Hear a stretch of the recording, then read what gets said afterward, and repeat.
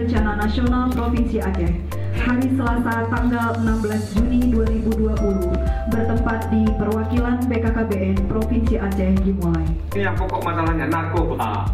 Saya rasa narkoba inilah induk masalah semuanya.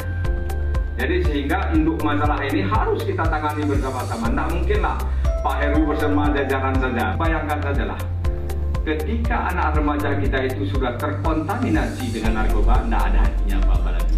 Tidak mungkinlah orang bisa berkualitas kalau terkena narkoba. Maka ini sangat kita concern terhadap itu.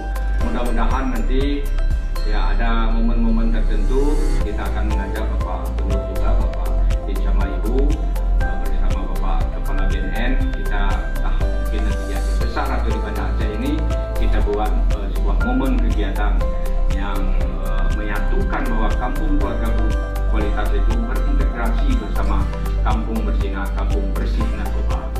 BKKBN berencana itu keren. Alhamdulillah. Baik, saya sangat senang sekali dengan adanya perjanjian antara BNN dengan BKKBN ini karena misinya satu sama. Tadi disampaikan bahwa membangun masyarakat berkualitas. Jadi substansinya sebenarnya sama. Kalau di BNN ini adalah membangun kampung, karena kalau di Aceh kan kampung ya, bukan kampung ya, kampung bersinar. Jadi bersih dari narkoba. Bagaimana membangun sebuah kampung yang bersih dari narkoba? Tentunya tidak hanya membuat 100 statement saja bahwa kampung kami bebas narkoba, tidak ada narkoba lagi. Pertanyaannya, apakah hanya sebatas itu saja? Bukan. Setelah kita untuk mencapai bebas dari narkoba, kita harus membangun suatu kampung, pertahanan kampung untuk berkuat agar mereka tidak dipengaruhi oleh para bandar.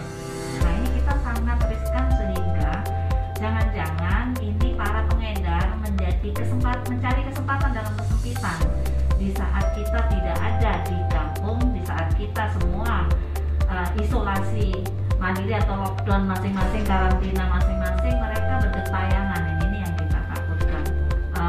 Bagi saya ini merupakan suatu kehormatan hadir di sini. Saya